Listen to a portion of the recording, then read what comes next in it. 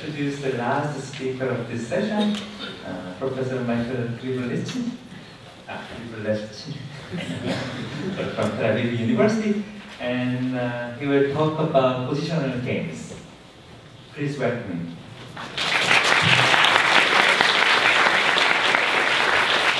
Thank you very much. I'm of course very pleased and honored to be here and at this really wonderful organizing conference, and I hope my talk will be perhaps less complicated than my last name. Let me start. So the subject of the talk is positional games. I won't assume any familiarity on your side with it, and perhaps it's still a less popular or less commonly known subject than other classical fields of combinatorics. And therefore I start from the very beginning. In a nutshell, positional games is a branch of combinatorics, actually as opposed to what its name may suggest. And its goal is to put some mathematical basis for a variety of two-player perfect information games. And the games can be very, very different. They range from some casually played games like tic-tac-toe and linearization to purely abstract games. And I will try to cover it starting from the very beginning, as I said. So, some short preview of the talk. So, I will introduce the subject and its main concepts, and I will put a formal model first and then discuss it. I will give you some working examples of what is it about and which games exactly do we want to cover and analyze. Then I will present you some classical results. By classical, the subject means result going as back as something like 50 years, and there have been some very exciting recent results. I will report about some of them. And finally, I will indicate connections to other fields of combinatorics and computer science. It turns out that this subject is very interconnected, and it borrows a lot from several fields of combinatorics, and it provides in return tools for several other fields. So let's start from the very beginning, and I will give you a formal setting. So what is it about? So we are talking about games. So first of all, we start with the board of the game, which will denote by X. So X is the board. Normally X will be a finite set, but of course you can think about infinite games as well. And then we'll have a collection of subsets of the board of the game, and we will call them winning sets for reasons that will become obvious pretty soon.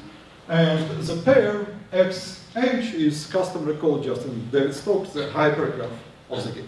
So you have the board, you have family of winning sets, and together they form the hypergraph of the game. Now there are two players. And the players take turns alternatively, claiming unoccupied elements of X, unless the board has already been claimed by either of the players.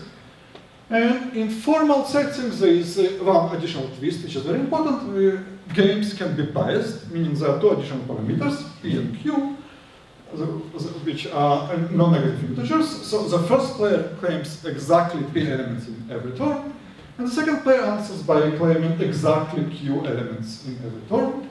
The most basic case is, of course, what you would play naturally, which is the case P plus Q equals 1. That's what you casually play. This is called unbiased version, but in principle, we can and we will talk about the general biased game system. Now, here I describe it to you who plays the game and how the game is played. I haven't described you the most important part, who wins the game. So who is the winner of the game? And that's of course the crucial part of the definition, and actually I won't give you the precise definition, I just say how exactly we can lay it down. So in principle, there are three possible outcomes of the game. Either this ends in the win of the first player, which is the loss of the second player, or we have a draw for both players, or we have a win of the second player, which means a loss of the first player. So in formal game theoretic terms, what you get is a so-called zero-sum game. The win of one player means the loss of the other player. And formally, the win of the game is determined by its final position, or in a more general case, you should look not only at the final position of the game, but also at the process of the game and decide, by looking at how the game proceeds, you should decide who won the game. And there are several types of games, and I will mostly talking about two main types, and they are strong games, or the so-called strong games, where players compete to complete a winning set first, and that player completes the winning set of the game first win, and otherwise, if this hasn't happened by the end of the game is declared to be a draw. And there are also weak games. Weak, not that you should be less physically prepared to play them, but that's somehow part of historical terminology.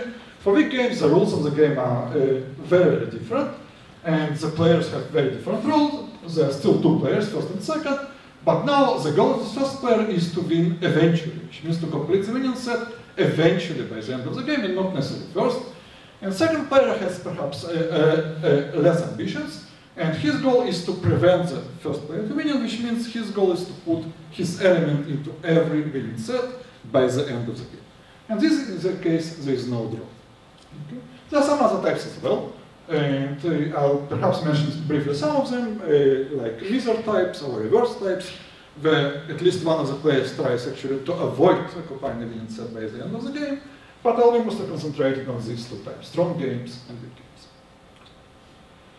Now let me give you some examples. Of course, the first example to start any story about positional games is tic-tac-toe. Presumably you all know what tic-tac-toe is. If you don't, you have some serious drawback in your kindergarten education, which I'm going to fulfill you now. So tic-tac-toe is crosses and knots. So it's played on the board 3 by 3, and by players who put, one of them put crosses and another puts knots, and the player who completes a winning set first wins, otherwise the game is a draw, as we defined for the strong game, and the winning set in this case are 3 vertical lines, 3 horizontal lines, and 2 diagonal sets. All of them are of size 3. So what we are talking about is a 3 uniform hypergraph on 9 vertices. Okay? Now, every child, presumably, knows it's a draw, and actually there's no high technology behind it. Even by fancy tools and applying high machinery, you still need to do case analysis, and it could well be that this was your first case analysis proof in HF. You still need to do it for this particular game. Now let me take a huge actually step forward and discuss its vast generalization, which is normally denoted by n to the d. So how do you do it? So let's take another look at tic-tac-toe, and the winning lines of tic-tac-toe are triples. It's a 3 uniform hypergraph. And there are triples of the following form. We have a triple here, and in each coordinate you have either a strictly increasing sequence 1 to 3, or a strictly decreasing sequence 3 to 1, or a constant. For example, if you take this particular winning triple here, you see that in the first coordinate we have a strictly increasing sequence 1 to 3, while in the second coordinate we have a strictly decreasing sequence 3 to 1. So if we view winning lines in this way, that's quite easy to generalize. So how do we do it for n to the d?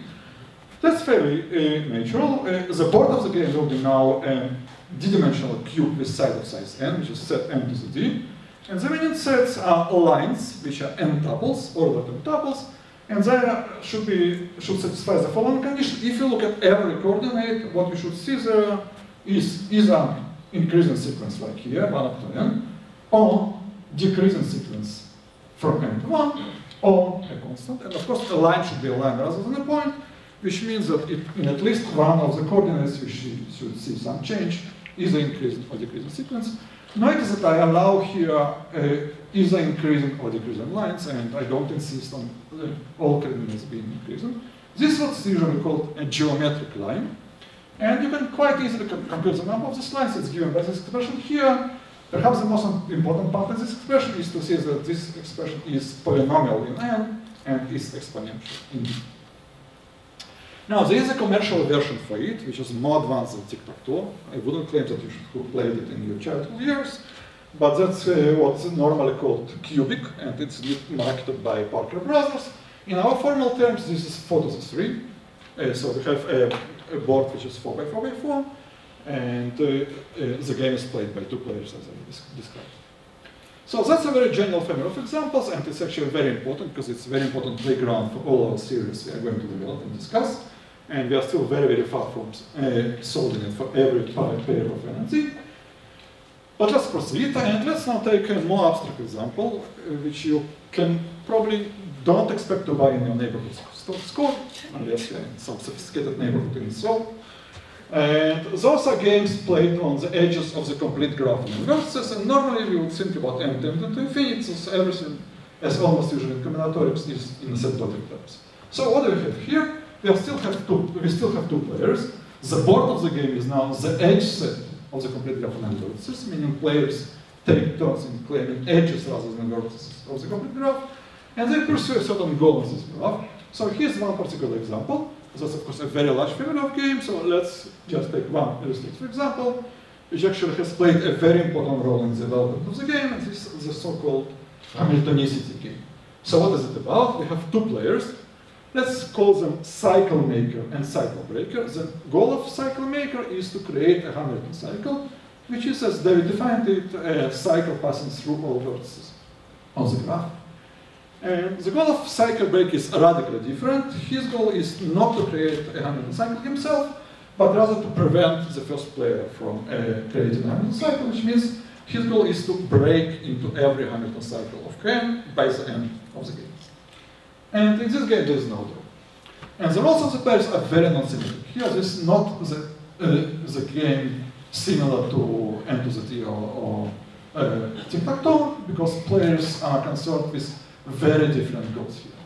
Now, this game situation is not so hard to analyze. It's fairly hard to analyze for small cases, but once you are willing to take M to infinity, which we are supposed to do, so this is the result of Quadrat and Nerdosh, and they proved it back in 78 that what you have as a win for Cycle Maker for all large enough. And large means it's in small double digits.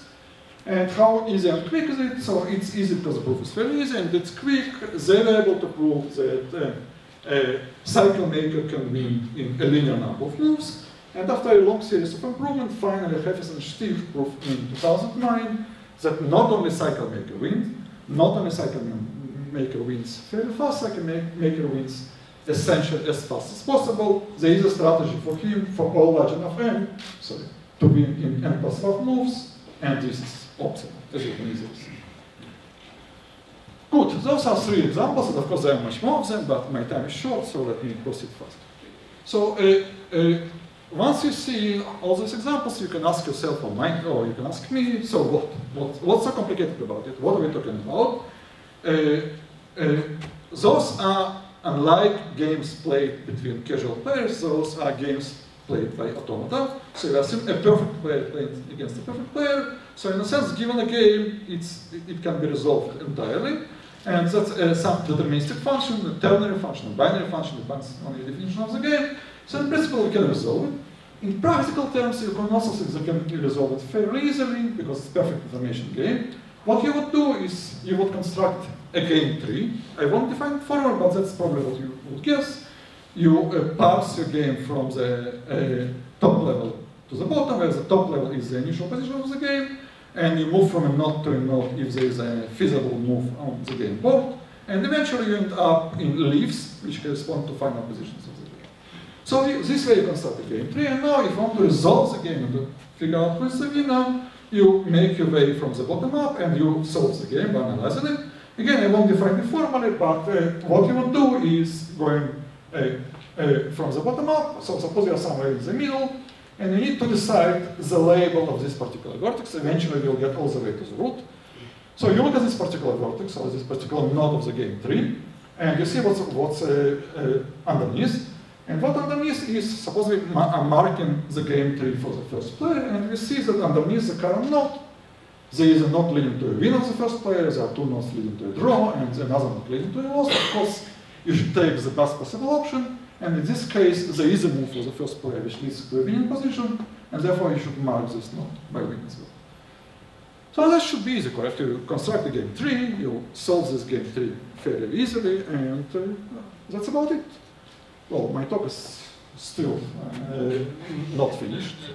And station is actually, luckily for us, it's not that simple. It's not that simple for several reasons. First of all, this is a good recipe for some very, very small games. And of course, if the game is asymptotic, if it tends to infinity, that's not the right approach to pursue. Second, and it's perhaps quite disappointing if you really want to analyze the game, even for such small games like Photo the String, this cubic game, it's not easy to do. So this cubic game is known to be the win of the first player. And the only available proof is just some very, very long strategy describing how this first player should win. And long means really long. It's hundreds upon hundreds of pages densely written and describing the strategy of the first player. So the moral is, of course, that you should be somewhat clever than that, and you should do some different things. You should use combinatorial proofs. And that's what we're going to discuss. Strong games. So strong games is, as I say, the most natural type of games, and therefore it makes perfect sense to start our analysis with analyzing them first. And so let me repeat the definition. So we have the board of the game, let's say a finite set X. We have a family of winning sets, so here the name makes perfect sense because the players are trying to complete these winning sets. And there are two players who, for the lack of better options, are called the first player and the second player. And then we claim alternatively unoccupied element of X, and here we have enough troubles and therefore we assume that the game is unbiased. The first player goes and takes one element, the second player answers by taking one element each. So we proceed normally in an unbiased fashion, and we need to decide it, and the goal is to complete the winning set, not just by the end of the game, but to be the first complete winning set. And if this hasn't happened by the end of the game is declared a draw, and there are indeed drawing cases. For example, the tic-tac-toe is a draw indeed, while 4 to the 3 is already a win for the first player. So those are the examples, and there are many of them. So it's really tempting to be able to analyze it, and we should be able to make some progress. And in the next couple of slides, I'll report to you about some progress about this. So the first thing is, again, referring to your childhood years, once playing tic-tac-toe, you probably tried your best to convince your opponent that you should start first. And there's a good reason behind it. It really pays starting first, and here's a formal justification. In every strong game, not just tic-tac-toe, but in every strong game, the first player is in an advantageous position. He can guarantee himself at least a draw. So why is it so? This is a so-called strategy steering principle discovered by John Nash in his student years in Princeton, and it goes like this. Suppose this is not the case. Now, we are talking about deterministic games. If first player doesn't have at least drawing strategy, this means that the second player has a winning strategy. This is just a compliment. Now, what's the winning strategy? Winning strategy is a complete recipe. What should we do?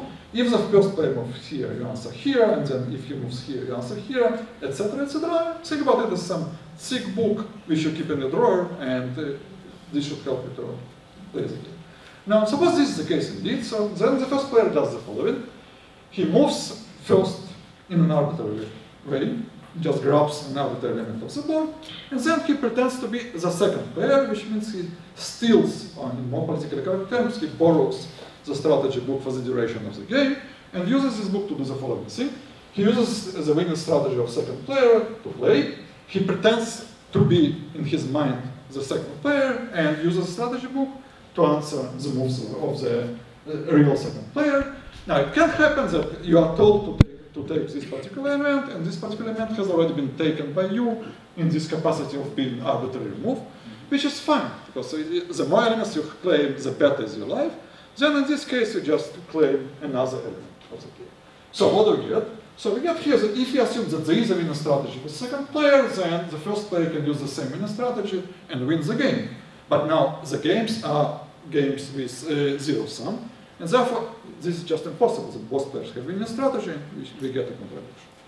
So that's a theorem.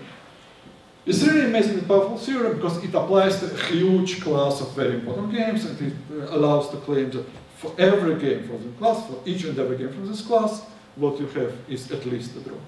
At the same time, it's pretty disappointing because the proof is essentially as inexplicit as it can be, correct?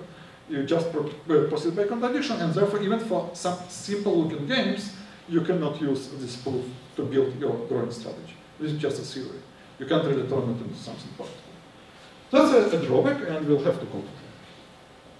Now, but let's move further, and from this example, from this statement, for example, you can derive that for any A and for any D, the end of the D game is at least a draw for the first player, and for some cases, the first player can win, and we are going to discuss it. Okay. Now, let's move further, and let's to make the position of the first player even more advantageous. And here's the claim. Suppose we are looking at some game hypergraph, and we are going to play a strong game on this particular hypergraph. And suppose the hypergraph has the following feature. There is just no final drawing position for this hypergraph. No matter how you play, by the end of the game, even if you play weakly and the opponent plays strongly, still the game ends always by a win of one of the players. So if this is the case, then the life of his first player is even better. He has not only a drawing strategy, but a winning strategy. And the proof is a three-liner. The game is at least a draw. The game cannot end in a draw, and therefore, if the first player pursues his drawing strategy, he ends up, by the end of the day, winning the game.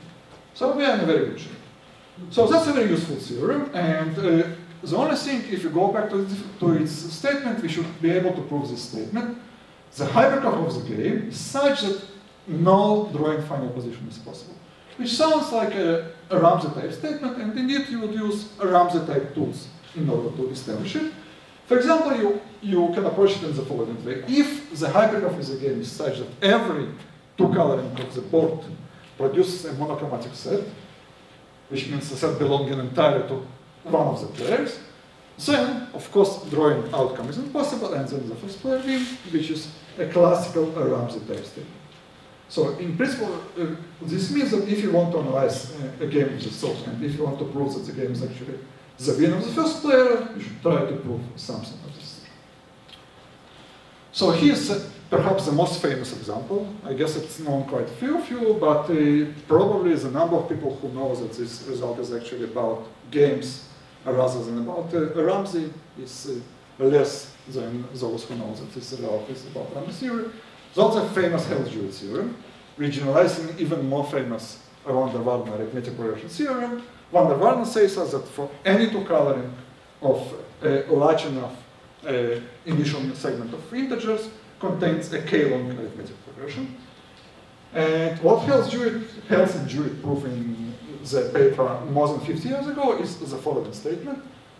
Actually, the name of the paper is Regularity and Positional Games. Regularity is about the structure, positional games is about positional games, so their motivation was essentially to analyze the game n to the d.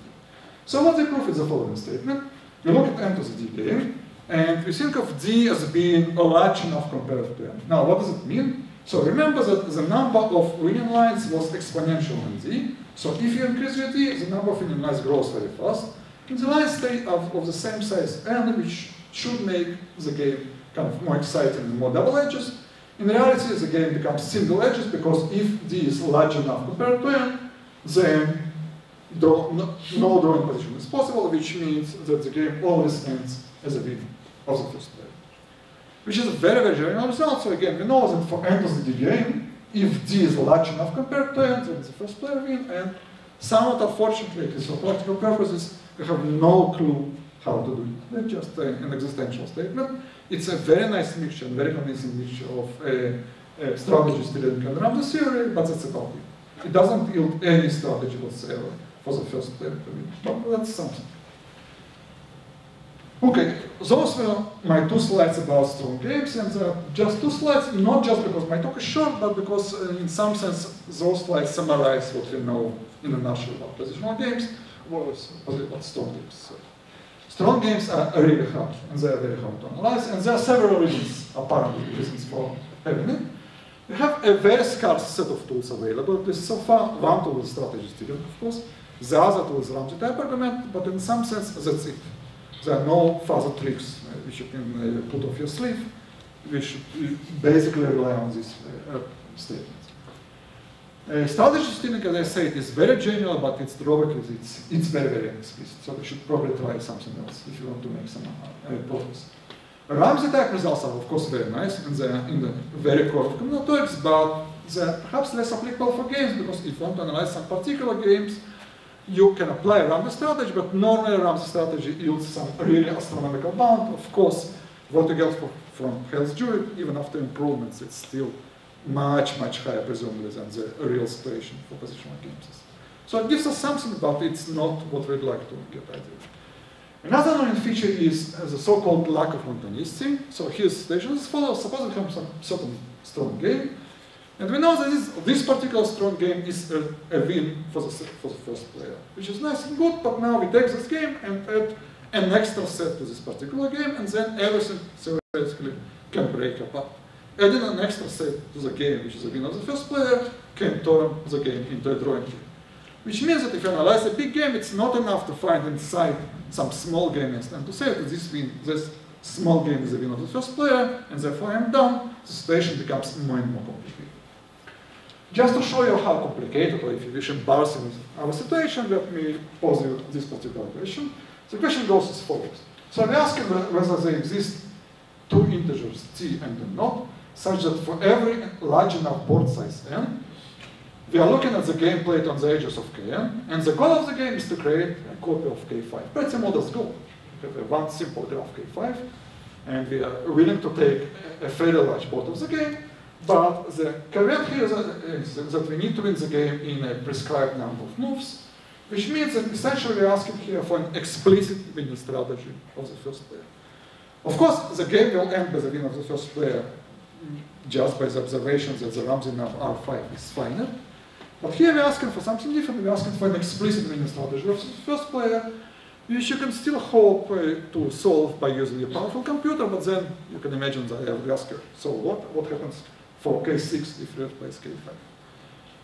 Those are very challenging questions, and therefore it's perhaps a good idea to proceed and to try to discuss the different version. And the version is the so-called make-or-break games, or sometimes they're called weak games as opposed to strong games. So here's the motivation. We've seen that if you look at a strong game played on a game hypergraph XH, the life of the second player is not as bright as he can hope to be. He can never win, and therefore, if this is the case, maybe it makes sense for him, instead of playing for a win of his own, to play for a draw. So if he plays for a draw, then maybe instead of trying to be active or proactive, he may try to block every winning set, which leads us to the notion of make-or-break games. Now there are two players, maker and breaker. They move alternately. There is the board of the game, there are winning sets, and in this case, it makes a lot of sense to consider biased games. So maker claims P elements each turn, breaker claims Q elements each turn, and maker wins if by the end of the game he possesses a complete winning set, not necessarily first, just by the end of the game. Now breaker's goal is different, so breaker tries to break into every winning set by the end of the game, and the game does not end in a draw. Drawing income is impossible here. So that's a fairly natural variation of strong games, but actually it's a very significant change. For example, if you take the classical tic-tac-toe game and turn it into a make-or-break version, the outcome there is already not what it used to be, it's no longer a draw, as you can easily check. Now, it turns out that it's much easier to break than to make. It's not really a philosophical statement, it's basically about the tools we have for make-or-break games. Tools for breaker are much more abundant, and the most important of them is the so-called Elder-Selfridge criterion from 73. So here's the criterion. So we have a maker-breaker game played on this game hypergraph, and let's assume the breaker starts. It doesn't really matter, so this is a trivial adaptation of it in case of maker starts. Now, if this inequality, this strict inequality holds, the summation of all winning sets, 2 to the power minus the set size, if this sum is strictly less than 1, then breaker has a winning strategy, and actually this winning strategy is an explicit strategy, explicit polynomial time strategy given by the proof. Now, before discussing the idea behind the proof or the right way to view the proof, let me mention that this is actually type. And this type because of the following example. Suppose the board of the game is a set of cardinality 2n, split into n pairs, x1 by 1, and the winning set are exactly transversals. Every winning set takes exactly one element from each layer. So number of winning sets is of course 2 to the n, and maker wins this game quite easily because what he does, he takes a sibling of breaker move in every move, and therefore in the end of the game, each level will be split between breaker and maker will have a winning set. Now, so here's a fairly short example of how to apply this rule. For example, 5 to the 2 will be breaker's win, which means a draw in the strong game because of the criteria I just mentioned. I won't describe you the proof of Elder-Selfridge, but let me discuss the idea behind the proof and the right way to view it. Suppose we do something unthinkable. Instead of playing a perfect game of perfect players with their perfect strong computers, suppose the player decides to play at random. Playing at random means splitting the board of the game between the two players. Each element goes either to maker or to breaker's probability 1/2 independently, and therefore, for a given set A, the probability ends up entirely in the hands of maker is exactly 1/2 to the A, which means that what we put in the left-hand side of Elder-Selfridge criteria is exactly the expected number of maker sets under a random split of the board. And now, the right way to read the criterion of Erdős sets is as follows. If the expectation of the number of sets that go entirely to maker is less than 1, not only this random splitting is good for maker responsive probability, but also is good, for breaker responsive probability, but also breaker knows to turn this random argument into a deterministic argument. This is a strategy for him, and the strategy is given by the proof. Now, what we are witnessing here is a so-called derandomization statement, and the name is not coincident here. This actually, the paper of Erdős and Selfridge was the first instance of the so-called derandomization in computer science, which is a key notion for turning randomized algorithm into deterministic algorithm. And what we know now is the so-called conditioned expectation methods actually originates in the paper of Erdős and Selfridge. So that's a very nice connection in computer science. Now let's talk about bias. It's quite easy to see that let's talk about one-to-be games. It's quite easy to see that if maker wins one-to-be games, and if we decrease the bias, then maker's life is even easier. And of course, if we increase the bias, then breaker's life is even easier. There is some monotonicity here, the proposition here is very elementary. So let's depict the picture here. Suppose we are looking at some particular game and want to analyze its winner as a function of bias. And suppose we start with maker's win, and then we start slowly increasing the bias. For a while, it's still maker's win, and then at certain point, breaker wins the game for the first time. Now, because of monotonicity, from that point on, it's breaker who wins the game, and the picture will be like this. So what you get is two intervals, Z of maker and Z of breaker. Theoretically, one of them can be empty. And of course, this game is very, very important. This point is very, very important because this is exactly the point where the game changed hands. And therefore, we would like to look at it. And it's the so-called threshold bias of the game, which is the minimal value of P for which breaker wins one-to-be game. Very good.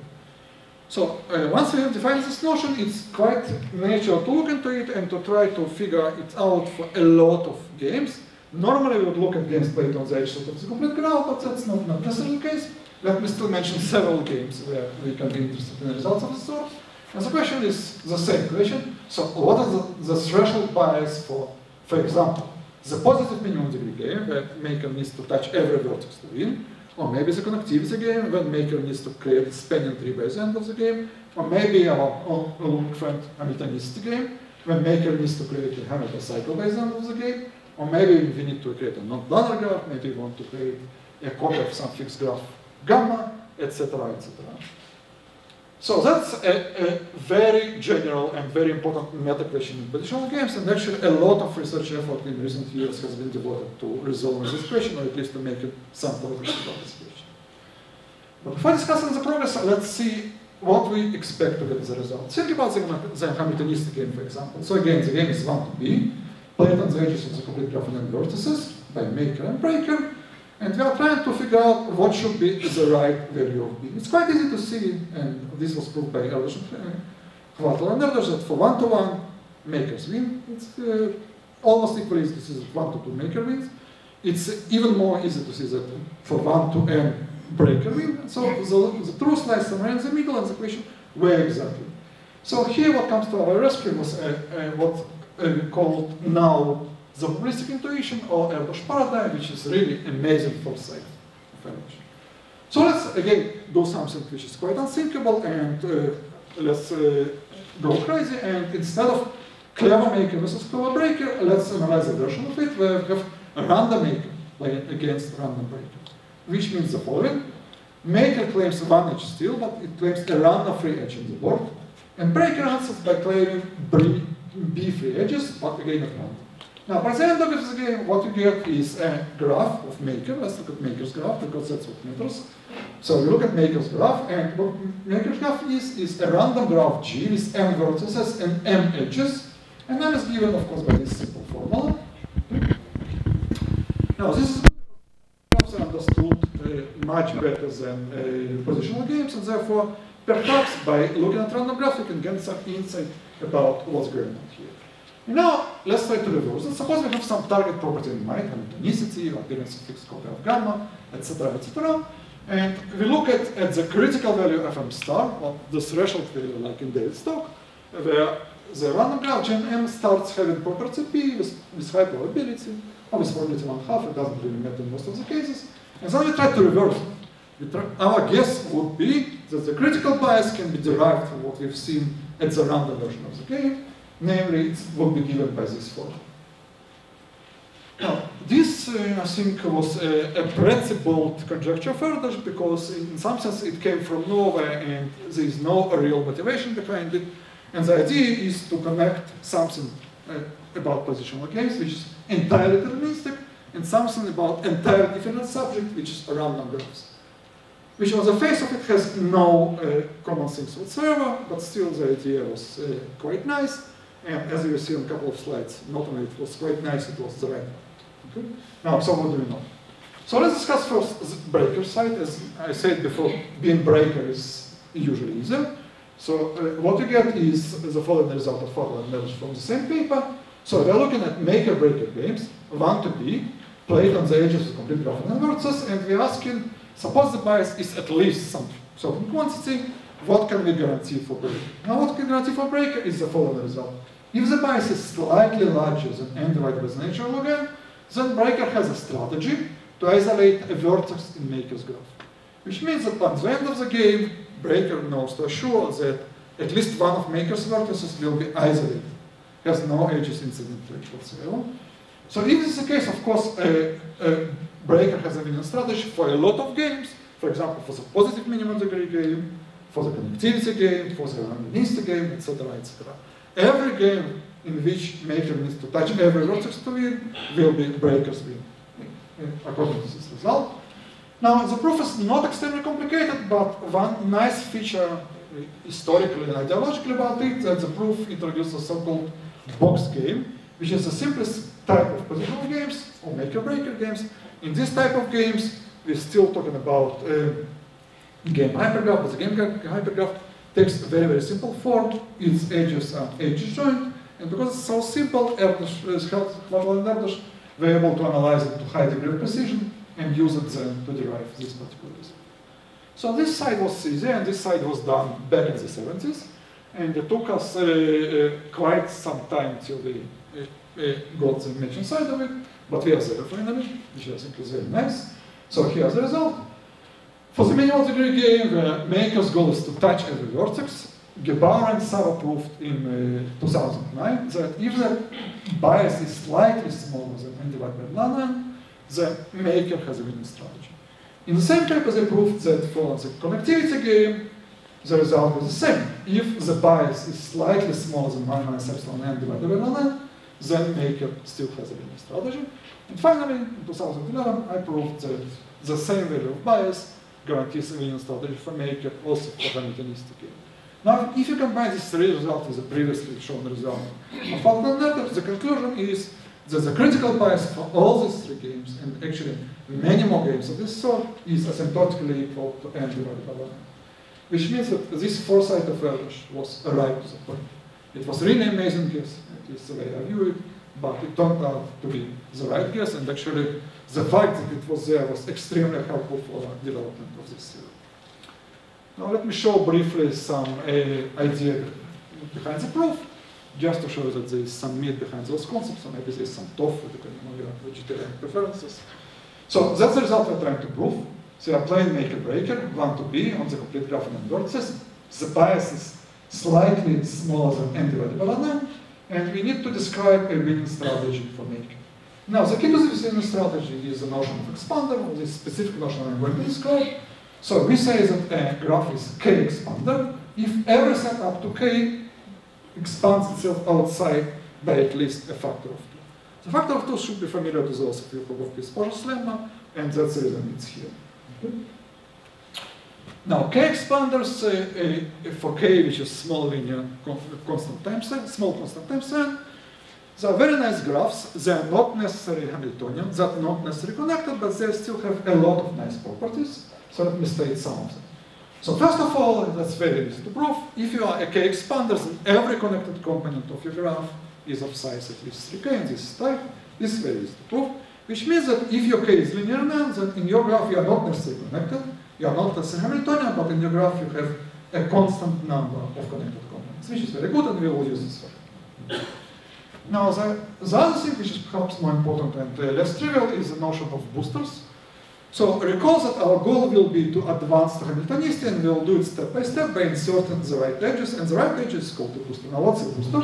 Formally, a booster is a non-edge in the graph, which makes our life easier, and easier means the following thing. So either we add this edge and we get a Hamiltonian graph, or we get a longer path than in the original graph. Now, boosters are good because no matter which graph you start with, if you start with a graph that has n vertices, after adding n boosters, you are there to Hamiltonicity. Of course, the set of boosters can change from an addition to addition, and you need to adjust it, but still, if you know to ensure that in n steps you add booster in every step, then you know for sure that the final graph is already Hamiltonian. That's what we're going to use. And we're going to use it through the famous Posch's lemma, which says as follows. Suppose we have a k-expander graph, which is already connected, but unfortunately not yet Hamiltonian. So we are not there yet, but the observation is not that bad, because what we have according to Posch's lemma is a quadratic number of boosters. So if your k is linear null, then the number of good non-edges, which makes sense for us to insert, is quadratic. Okay? And the proof is a famous rotation extension technique, which Posch used for his proof of Hamiltonicity of random graphs. Okay. Now let's go back to Maker's strategy, and he does as follows. Now, at the first stage, he plays minimal degree 16 games. Of course, 16 is just an artifact of the proof. There's no magic behind this number. That's what makes proof works. And actually, this will be a twist of the original strategy of Gebar and Saba. Instead of ensuring degree 16 before all edges are exhausted at every vertex, you want to get to minimal degree 16 before breaker accumulates 1 minus epsilon times n edges at the vertex, for epsilon being a small constant. Now, the proof of Gebar and Saba allows to do it, and that's actually a fairly straightforward modification of it. But there is actually a more serious trick about this proof. Now, the proof of Gebar and Saba proceeds the following way. It's based on some weight function. The weight function tells you that now you should take this particular vertex and grab an arbitrary edge at this particular vertex. Now, here's a very nice twist. Instead of grabbing an arbitrary edge at the vertex, we grab a random edge at this vertex. And random is good because we'll be choosing between epsilon and edges, which carries enough randomness of it. So by the end of the day, we'll be able to create a very nice graph. So this is a random strategy, but the outcome with probability 1 will be a k-expander, and with high probability, with probability 1 this will be a winning strategy, and we will be done by at most 16 random moves. And with high probability, it's possible to prove that you will get a k-expander for k linear. But now we are playing perfect information game, and the games are deterministic. If there is a probabilistic strategy for you to win against any strategy of breaker, this means that not only you win with positive probability, you know to win by some strategy with probability 1. So you are in a good shape, you know. Okay, now let's see what we achieved so far. So we know that in at most 16 rounds, we know to create a k-expander. Now, this k-expander is not necessarily Hamiltonian. This k-expander is not necessarily even connected, but we are almost there. So first of all, we are gearing to apply a Posch's lemma. For Posch's lemma, technically we need to get a connected graph, and we do the following very trivial thing. We have a k-expander, which means that all components of size k is linear in n, which means that altogether there are only a constant number of components, and there is a lot of potential edges which connect two components. And the nice thing is the board is still mostly empty. We've done with the first stage with in 16n times 1 plus b edges, which means that the number of edges which are present on the board is sub-quadratic number, which means that most of the board are still empty and are still available for you to grab. And therefore, what you do at the second stage, which is kind of intermediate stage, you go and make your graph into a connected graph, and breaker can do essentially nothing to prevent you from this goal, and you can do it very quickly. Now we get to the third stage. In the third stage, we apply Posch's lemma. In Posch's lemma, we want to advance our graph to Hamiltonicity by taking a booster after a booster after a booster. Now, what do we have so far? We have already a connected graph after stage 2. We have already a k-expander. Now, a super graph of k-expander is still k-expander, so adding more edges of ours can really ruin this property, and the board is still mostly empty. And what you do is, at every stage from now till the end of the game, There is a lot of boosters available to you as portions learner, quadratic number of them. Most of them, absolute most of them are still available because the board is still mostly up there. You just grab a booster, after a booster, after a booster, and you win the game. That's the idea behind the proof, and perhaps a big peculiar feature which is really crucial for the proof, that by the end of the game, not only you win this particular game, not only there is a winning strategy for you, you know to win the game very quickly. By the end of the game, most of the board will still be empty, which means that you haven't used most of the edges in your game, and still you know to win the game. Let me just flash you. I won't talk much because I'm running out of time. Directions of research. Strong games are still very important because we don't know much about them. There are other types of games. There is weak games, games which you play to avoid a winning configuration, or both players avoid winning configuration. There are so-called pick and choose games.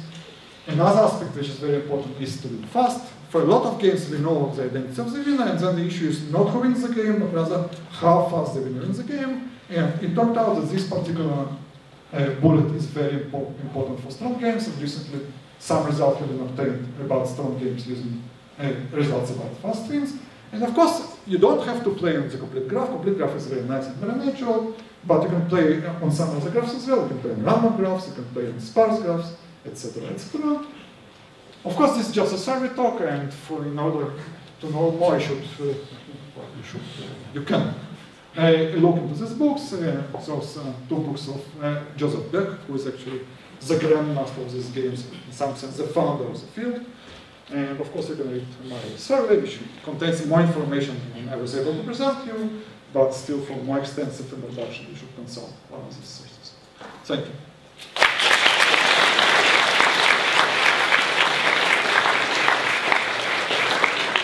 All right, thank you. Do you have any questions?